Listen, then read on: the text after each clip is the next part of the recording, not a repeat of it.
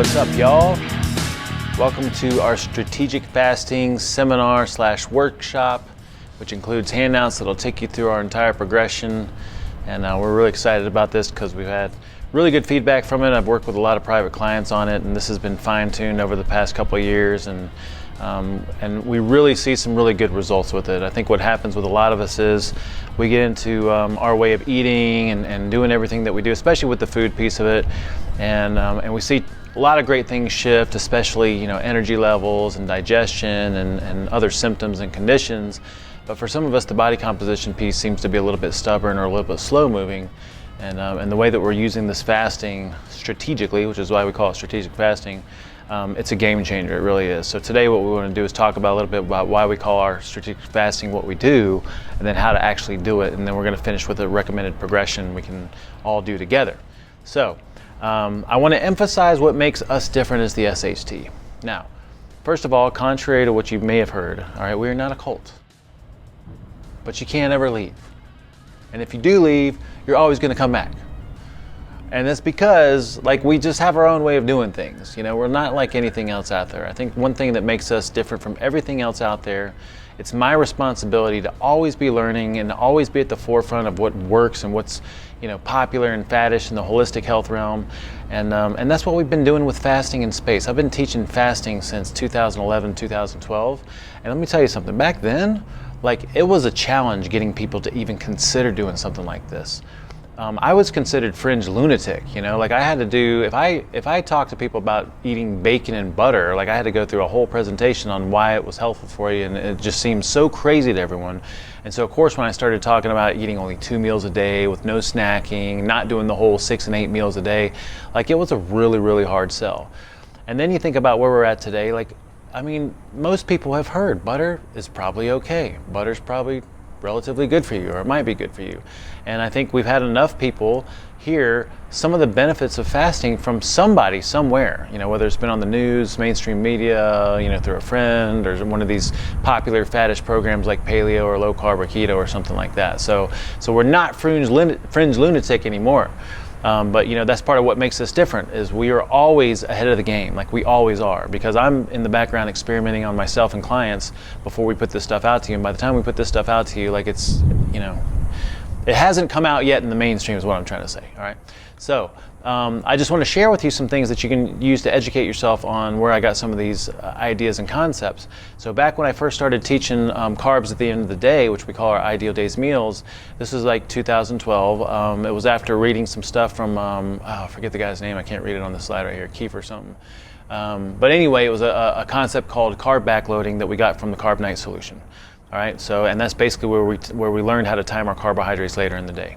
And I don't think we'll ever change that, okay? So that's a really good read, maybe a little bit, not up to date, but some of the concepts in there are really great, right?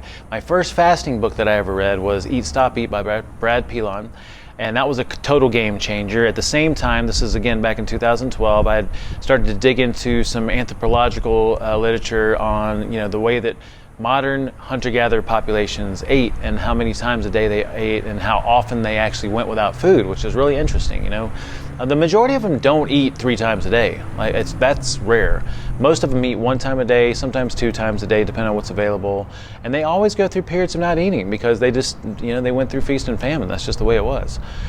So piecing all that stuff together, that's when I started coming up with our fasting protocols. And I can't remember where I got some of the other information about fasting. And so I came up with our whole 12-hour, 16-hour, 24-hour, 36-hour extended experiments that we've been messing with, ever since 2012.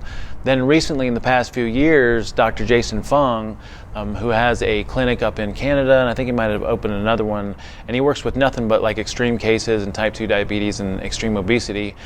So he came out with a complete guide to fasting. And when I read this book, I swear I felt like he was following me, because it talks about every one of the durations that I talk about. They allow the same things that we allow in our SHT fast. There's some minor little nuanced differences, but it was just really good to see that confirm we've been doing the right thing for a while now.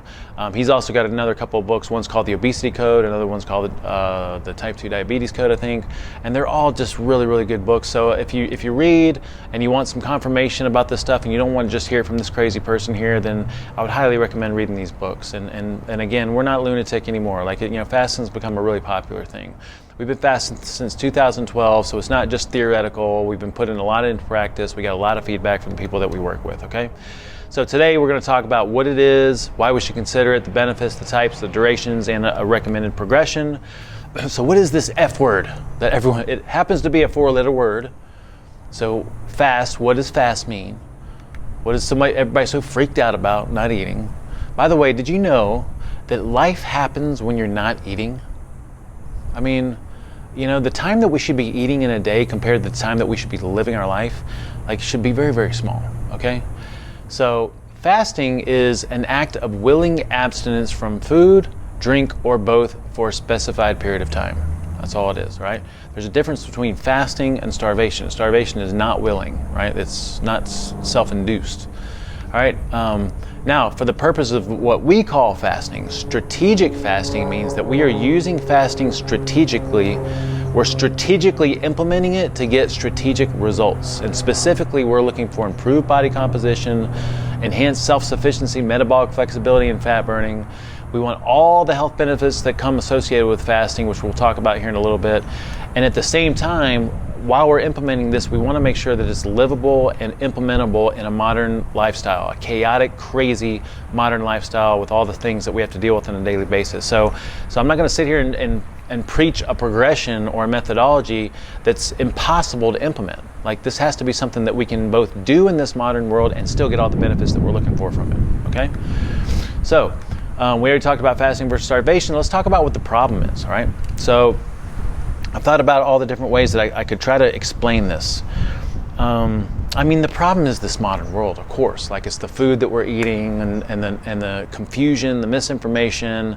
Let's just try to keep it dialed in with nutrition, because we could apply that to all our foundations. But when it comes to nutrition, it's a lifetime of the wrong things, really, and not knowing what's right. And that's part of what we do. We clarify the confusion, But the problem is a lot of us are overcoming years, if not decades, of insulin resistance. And what do we mean by that? So we probably heard insulin resistance in the type 2 diabetes realm and in the metabolic syndrome realm.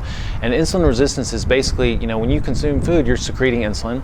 And the more that you're secreting insulin, the more that your body resists the effects of it, because it gets tone deaf from it. Just like if I sat here and was listening to some constant noise for an extended period of time, at some point I'd forget that I even heard it. It was around, right? So insulin resistance happens.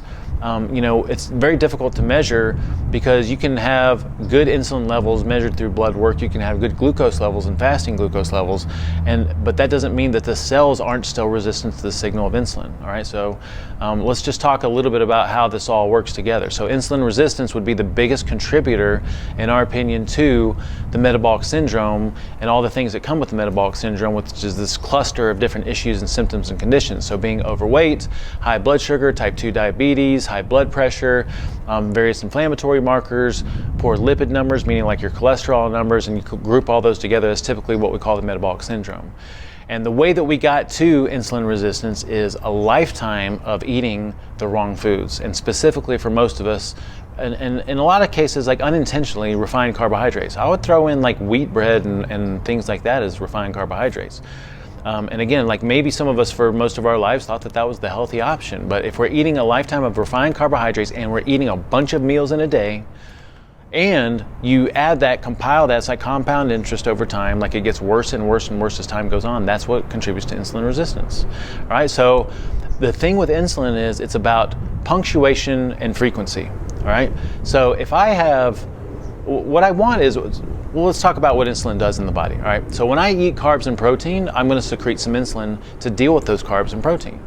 All right, and insulin is going to do two things. It's going to make energy immediately usable and nutrients immediately usable, and then it's going to store anything that's excess. Right, so proteins are broken down into amino acids, and they're either used or stored. Carbohydrates are broken down into glucose, and then that's either used or it's stored as glycogen in the liver and in the muscles, or it's stored as excess body fat, adipose tissue. Right, so what we need is we need some balance. just like we need balance with everything, right? If I have constant insulin secretion, if insulin is telling my body where to deposit and when to deposit used energy and fat, then in the presence of insulin, I cannot pull fat from my fat stores. That's the deal, right?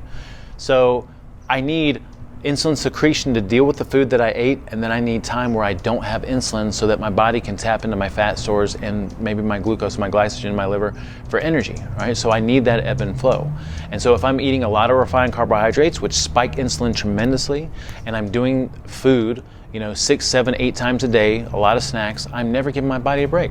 When I eat fat, I have a very minimal insulin secretion, and then things go back to normal. My body can tap into fat stores, right? When I have protein, it's a little bit higher of an insulin secretion. When I eat carbohydrates, it's even higher. But regardless of what the macronutrients are, I need some space to clear out that insulin so that my body can tap into fat stores or tap into its own energy sources, all right? The old way of looking at body composition changes was through this calories in, calories out model, which is basically, you eat a certain number of calories in a day, your body uses a certain amount, and anything left over is going to be stored as body fat. Or if you don't burn what you consume, or if you burn more than what you consume, or burn what you consume, then you're going to have a deficit, which means you're going to lose body fat. And the problem with this is it doesn't talk about anything about types and food sources and quality. Right, so there's a big difference between me eating 2,000 calories of meat and veggies and healthy fats and a little bit of starch and a little bit of fruit versus eating 2,000 calories of Sour Patch Kids and croissants and waffles and orange juice and all that kind of junk, right? And it also doesn't account for the fact that exercise does not counter calories, all right? So the more I exercise does not mean the more that I burn calories. According to this model, if I have excess calories, I just need to go exercise some more and I'll burn off that excess. And that takes care of it, and that's not what we see happen. Also, this model, we see reducing calories does not work. So theoretically, if I were to reduce calories over the long term, I should see some weight loss. And what happens is the body's very stubborn. Like, it's not going to give up. It's not going to give up those fat stores without a fight. So this is the model as we understand it today, which is this hormonal model of obesity and just like disease in general. So we have what we call the liver glycogen, and maybe to a small degree the muscle glycogen, where we have this temporary storage source for glucose. And my body can tap into that very easy to get energy, right? So that is very easily accessible, just like the refrigerator is easily accessible for food in your house. Okay, so food and calories and nutrients go easy into this fridge and they come out easy. I just open it up and I eat some food, right? It's all fresh. The harder to get to stuff is our deep freezer, right? It's also takes some time for me to thaw it and put it into the fridge.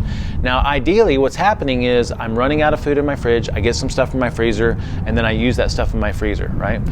But what has happened to us over a lifetime is we have habituated ourselves to eating so often and the wrong kind of foods that we never run out of food in the fridge, and so we never have to tap into the stored body fat in our deep freezers. All right, so what happens is over time, we start to change our body's set point. So the body has this point at which it's very happy with its body fat level.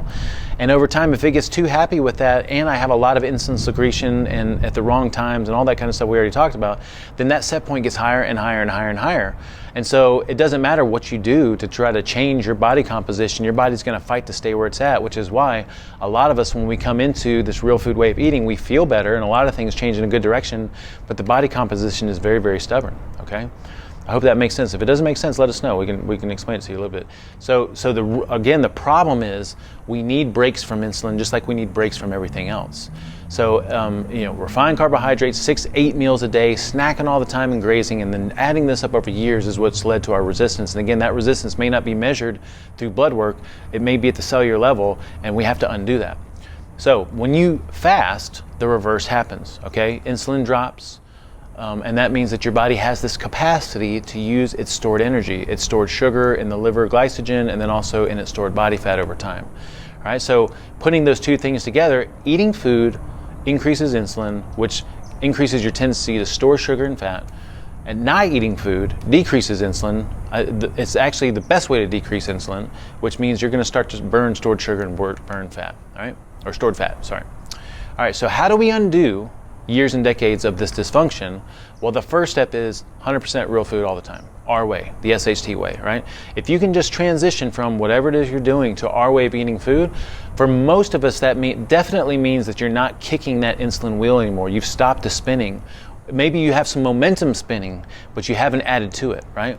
So, and for some people, just eating real food our way does the trick. Like, it works magic and works wonders, right? So, but from there, we definitely want to go through periods of low carb, which means no starches and no fruits, so that the body is forced to make energy in its own way, right? And that may be coming from proteins and amino acids, it may be coming from stored body fat, or a combination of both. But even with low carb, some people have such resistance that's been built up over years that we need to be a little bit more drastic, and so we have to go into some fasting protocols. And I would say that even if things feel great and you're moving in a good direction, that fasting is going to be beneficial for everyone that's healthy anyway. All right, so let's talk about why we might want to fast. Number one, we have this ancestral wisdom template, the evolutionary template, right? Our ancestors did not eat all the time. They feasted and famined. All right, so if we study modern non-modernized populations, yeah, that's right. Modern ancestral populations that are like modern hunter-gatherers, we'd see, they usually eat most days, and when they do, they usually eat 1 or 2 times a day. It's usually not first thing in the morning. Sometimes they'll go some days without eating, without having to kill or something like that, but sometimes they're gatherers, so they'd find something, but sometimes it would happen. And very rarely, they would go through weeks and months of no food. But I think the takeaway here is, what does this mean? Does it mean that just because they went without food periodically that we need to? Is that necessarily healthy? What I think it says is, in my opinion, that the fact that they can go days and weeks without food says something. There's some kind of resiliency there that we want to mimic. We want to mimic the ability and the capacity to go without food. And that implies that you're tapping into another energy source. If I'm not getting dietary energy, where am I getting the energy? Well, what is body fat? Body fat is stored energy. That's what it's for. It's for, a rainy day or a foodless day. We also have ancient, I don't know what else to call them, ancient historical physicians like Hippocrates that have some really good quotes about fasting, that would use fasting in their practice. Some other ones, I'm not familiar with them, but I just remember reading some of these quotes as I was going through a lot of this stuff over the past few weeks, putting it together in a presentation. So we have some ancestral wisdom as far as that goes, but then also if you even look as far as recent as the 1900s, most American homes were eating 2 and 3 meals a day with no snacking. All right, I remember my grandparents and my mother would always say, don't have a snack before dinner, you're going to spoil your dinner, right? So snacking non-snacking used to be the norm. Up until the early 1900s, I think it was like the norm was maybe average was 2 meals a day, no snacking, and then you come into around the 1950s, 60s, and 70s. That's when we started eating 3 meals a day and having a break fast, which is what breakfast is. But then even then, it was no snacking, right? Body composition up until that point was amazing. We started to develop a lot of heart disease and obesity after we started implementing all this multiple meals in a day thing. I'm not saying it's the only thing that contributed to it, but it's a big part of it. All right, so a great benefit of fasting is just knowing that you don't have to eat all the time and the freedom that's associated with that. I talk to people all the time about what is so great about our way of doing things. Well, first of all, when we eat gloriously. We eat the most amazing food in the world, but we don't have to eat, right? We're not ruled by food anymore. It is so great to me to know that right now I'm not thinking about food, I don't care about food, I'm not planning my next meal. If I don't eat in the next few hours, if I don't eat lunch, I don't care. Like, it's not derailing me, and that's the way most of us feel. It's very freeing. It's very simple and easy, okay? If we look at some of the health benefits, fasting in general is just gonna make your body better and stronger because you have low insulin levels more of the time, you increase fat burning, increase muscle preservation, brain function, and the ability to clean house. So let's talk a little bit about the fat burning piece. When I have limited carbohydrate supply and limited food in general, my body learns how to make do. Like, it learns to break down amino acids, and those amino acids, where do they come from? Well, I'm not using my own muscle. I'm using damaged proteins inside my system that the body's cleaning up. And it can convert that into glucose, and then also it can take my excess body fat and convert it into free fatty acids, which can be used for energy. And then also sometimes we'll go into ketosis, right? But it's not about ketosis. You can burn free fatty acids for energy without going into ketosis. You can get this through physical exertion and carb restriction, but the guaranteed way to burn body fat is going to be through fasting. I mean, there's no way that's not going to happen. The question is, how long is it going to take for you to get to that point, right? If you're overweight and I don't feed you and I give you water, for days and weeks, and like at some point it's going to happen. There's no way that it's not going to happen. It's guaranteed, right? You may suffer as you go through that transition, but it's guaranteed. Also, through fasting, we start to enhance metabolic flexibility, which can improve strength and conditioning, because now my body understands how to tap into fat. It always knows how to use sugar and glucose and liver glycogen, because that's always there.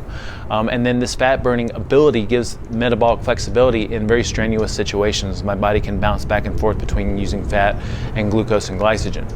All right. We also start to notice high energy levels during fast, because I'm starting to have this very consistent fuel source, which is my body fat, right? It's not going to run out. Also, I use adrenaline, which helps to release stored glycogen, and adrenaline also gives us an energy boost. And what we find is that when we're fasting, we have increased energy expenditure at the times that we're resting. Right? Because the focus is for me to find something to eat. From an evolutionary perspective, if I got low energy, when I fasted, then I wouldn't survive. So what happens is it switches over to something different. We also start to see an increase in growth hormone. So we have a certain amount of growth hormone, which is known as pulsatile, which is secreted ideally if you're sleeping really well at some point in the evening. I think it's close to when you wake up. And we have a very small amount that's secreted outside of that. When we fast, we increase our non-pulsatile tremendously, okay? And again, the reason for this is because my body is trying to make itself stronger to find that next meal and to survive. So coming off a fast, we start to feel really amazing and stronger. Digestion gets better, because if I'm not digesting all the time, now my digestive system can heal and rest. And then we have this little Mack truck scenario. What do we call it? Mack truck analogy. This is my analogy, right? My goal is to live healthy and vibrant and awesome and fit and happy, and then just die. Get hit by a Mack truck or die in my sleep or something like that. And fasting has been shown in metabolic ward studies to increase the quality of life, to improve the quality of life always, because of everything that we're talking about. So in metabolic ward studies, we see improved health markers across the board. Blood pressure gets better, lipid numbers, glucose numbers, your ability to deal with invader diseases. Also, we start to see better compliance with eating. How much easier is it for me to tell a client, hey, I only want you to eat 2 meals a day, and this is what I want you to do, right? Versus you need to plan out 6 and 8 meals and meal prep on the week. You're meal prepping all the time for 6 and 8 meals, and you're eating all the time for 6 or 8 meals. It's exhausting, right? Dieting doesn't work. Real food works with fasting. We also notice enhanced focus and clarity and neuroplasticity, which means that if I'm in the middle of a fast and I'm doing some thinking and some learning or some really deep research or putting some projects together, which I'm always in a creative process, it's in that space that I feel my best, because my blood flow and resources are not being diverted to the digestive system anymore. And since that's empty, it can come up to my brain and I can focus more on mental activities. Also, we have this ability to clean house at the cellular level. So part of this is what is known as autophagy, which is basically you're digesting yourself, but you're digesting the bad parts of yourself. So when I go without food, because there's nothing available, my body starts to look for all these little scraps and things that are damaged, and it starts to eat those and create energy out of those things and recycle them. And then when I eat again, then my body builds itself back and better, okay? Athletes see better performance because they're getting lighter, their energy levels are a little bit different, they have better muscle preservation from the growth hormone, adrenaline sometimes helps with better workouts, and we start to have metabolic flexibility, and this literally does not take much time at all. From fed to fasted state, within 24 hours, most people are probably starting to tap into fat storage, depending on how often you've been doing this, and guaranteed after about 2 days, you're going to go through all your liver glycogen, which means that your body is going to be running on nothing but fat stores, right?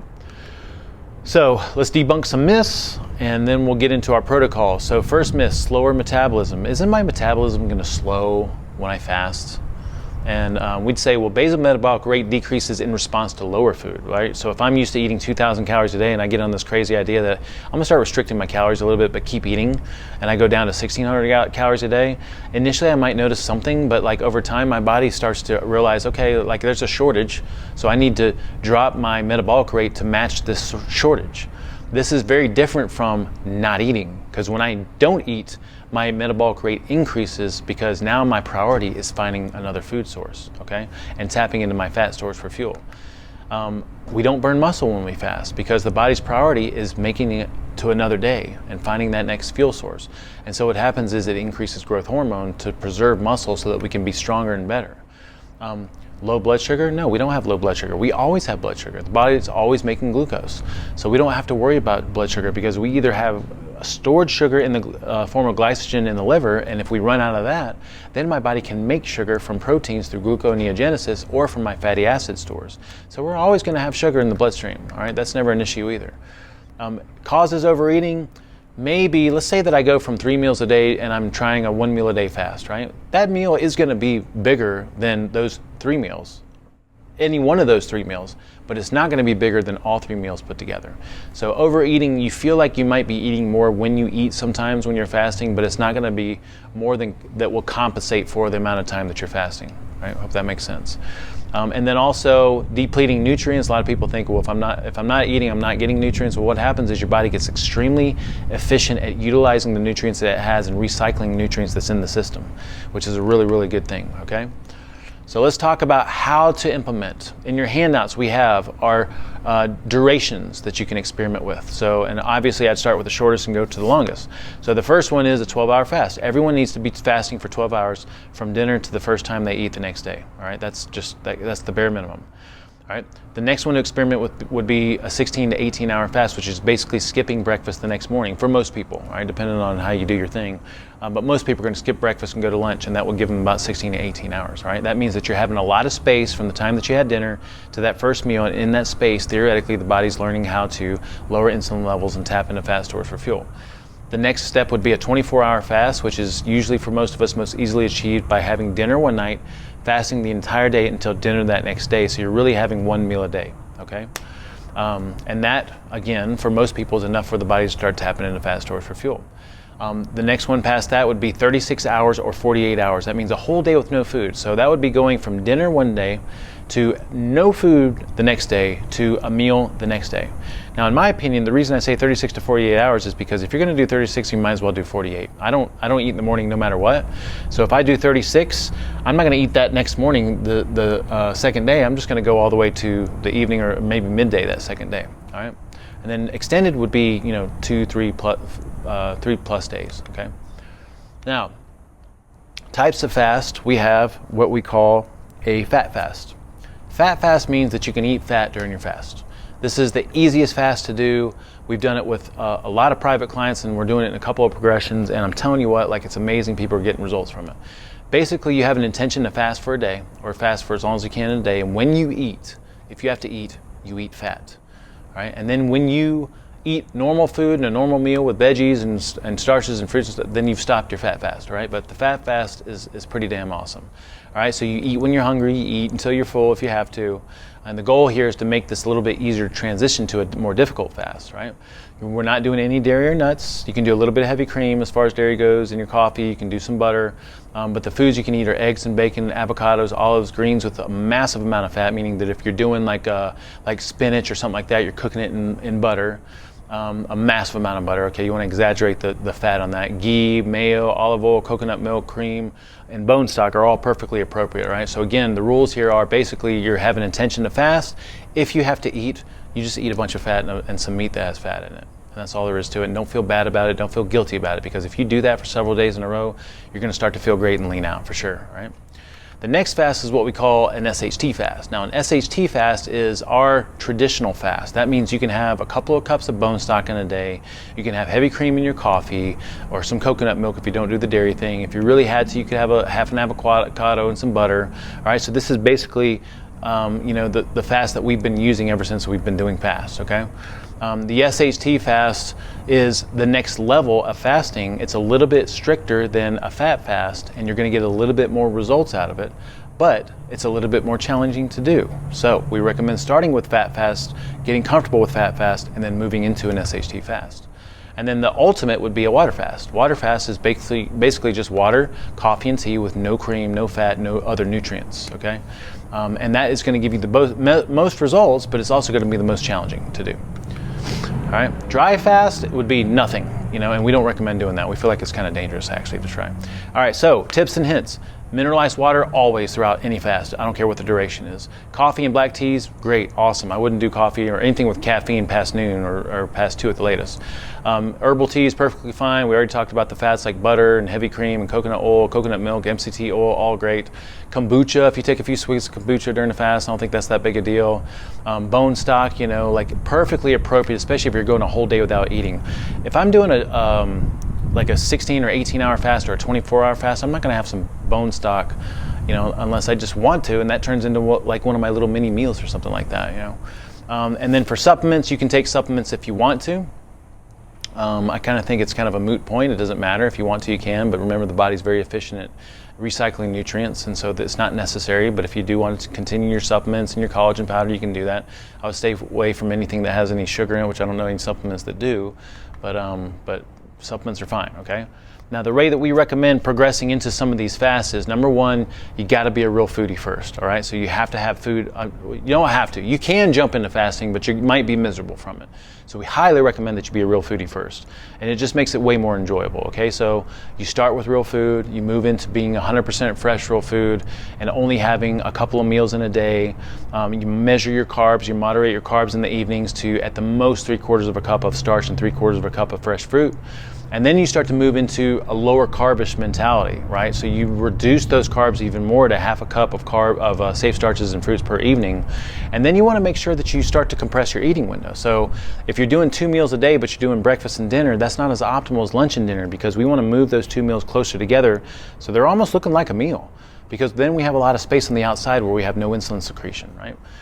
And then finally, you want to get to where you experiment with being low carb in the real food realm. No starches, no fruits, no sugar, and then you're still doing the compressed eating window 2 days. If you can do all that, like no problem. If you can do low carb, the SHT way, you know, for a significant period of time, 3 days, 5 days, a week, 2 weeks, then you're good to go. You can start experimenting with the fasting protocols. Now, the fasting progression would be, you start by making sure you have a compressed eating window, so you're having those 2 meals a day close together, or you're just doing 1 meal a day most days, all right? Then you would move into 1 meal a day, and then you would move into experimenting with a 36-hour fast here and there, and then, of course, bumping that up. Now, we recommend starting out by doing, when you start to venture into that 1 meal a day, you start with a fat fast. All right, or I'm sorry, on the 1 meal a day, since you are eating, then you can make that an SHT fast. And that means that in that space before that 1 meal that you can have a cup of bone stock and a little bit of cream in your coffee or something like that, right? That'll make it very doable, very tolerable. By the time you get to that evening meal, then you're just eating your normal meal, right? Once you get into the 36-hour fast, so this is a whole day with no food, we'd recommend starting with a fat fast 36-hour fast, right? That means a whole day of trying to fast, and if you have to eat, you have a half avocado, a little bit of bacon, a little bit of butter, a little bit of fatty meat, and you do that for a day, at least a day. If you can master that 36-hour fast, then you can bump yourself up to a 2-day fast, a 3-day fast, a 5-day fast, and doing that all with a fat fast. It'll make it very doable. Once you've done that, then you can come back and maybe do a 36-hour fast that's just an SHT fast. Or maybe you come back and do a 24-hour fast that's just a water fast. All right, so anytime you go from fat fast to SHT fast to water fast, you're making it more difficult, you're enhancing the results that you get. But we recommend starting easy so that you can do this and make it work in a modern lifestyle and feel good about it and not have too many symptoms associated with it. All right, here's our recommended strategic fasting progression. Okay, so we recommend breaking this down into 3 weeks. The first week, on Monday, we have what we call Nunday Monday. Nunday Monday means you don't eat anything on Monday, or try not to. That's the goal, it's the intention. So starting out, we have Nunday Monday. Every time Monday hits, the first Monday, this is a 3-week progression, right? The first Monday, you're going to attempt to do a fast, but it's gonna be a fat fast, right?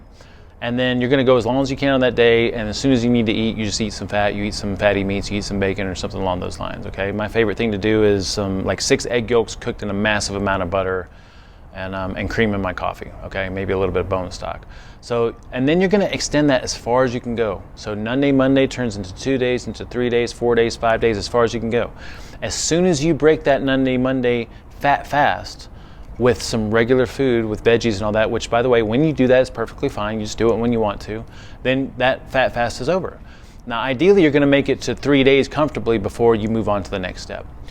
The next step would be the next week, we do a Monday Monday, but this time we're doing an SHT fast. So instead of, you're gonna have the intention to fast, maybe you have some cream in your coffee. If you need to have something, you have a cup of bone stock, all right? And that's about it. All right, so if you can do that comfortably for 2 or 3 days, once you get to that 3-day mark, now you feel comfortable going to the next step, which is a water fast. So that next week you would do Monday Monday, and this time it's a water fast. That means you can only have water, coffee, and tea. All right, that would be the recommended progression.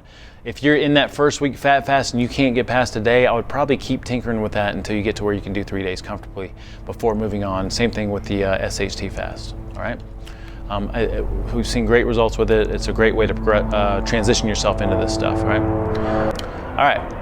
So let's just talk about hunger. As you're going through this process, you're going to think about food, you're going to see food, you're going to smell food, you're going to have some hunger triggers. All right, pause, sit with it. Ask yourself, am I really hungry right now, or am I just thinking about food? All right, there's a difference between irritability and like being really tired and irritable and just having some symptoms of just like I can't function right now. If you're in that situation, you need to eat. But if you're just kind of hungry because you're thinking about food, and like go do something else, drink some water, and sure enough, you won't even remember it for a little bit, right? Hunger, it's almost like emotions and clouds in the sky. It just comes and goes, and there's a difference between that and having some significant symptoms that make you feel really uncomfortable. Okay, do what you got to do. Have fun with this. Like, we don't want this to be miserable. We don't want to be forcing ourselves through uncomfortableness, but we do want to have conscious participation in it. Okay. We recommend not fasting if you're malnourished or underweight, under 18 years old, pregnant or breastfeeding. If you have gout, because when you're fasting, the body tends to hold on to uric acid a little bit more. And then if you're on any kind of medications or have diabetes, I'll probably check with your doctor and just make sure that your doctor knows what you're doing so they can adjust medications as needed. Okay. And then finally, make sure that you are involved with someone else as you're doing this. So that's what makes this kind of fun. We have a Facebook group associated with our fast right now. You may, depending on when you watch this, you may or may not have access to that, but even if you don't, you can form your own little group. If you're part of our Facebook group, SuperHumans United, there's a lot of different options. You can just get with some friends. If they're not into the SHT real food way of eating, send them our website, get them plugged into our stuff. They need to learn this for themselves too, and we'd like to have them be a part of our community. But anyway, over the next 3 weeks when you decide to do this, I'd recommend following that progression, finding some people to do with it, and then we are always here to support you, okay? We love you guys, all right? I think that's about it. We love this freaking fasting protocol. We're really proud of it. We're excited for the results you're going to experience, all right? We'll talk to y'all soon.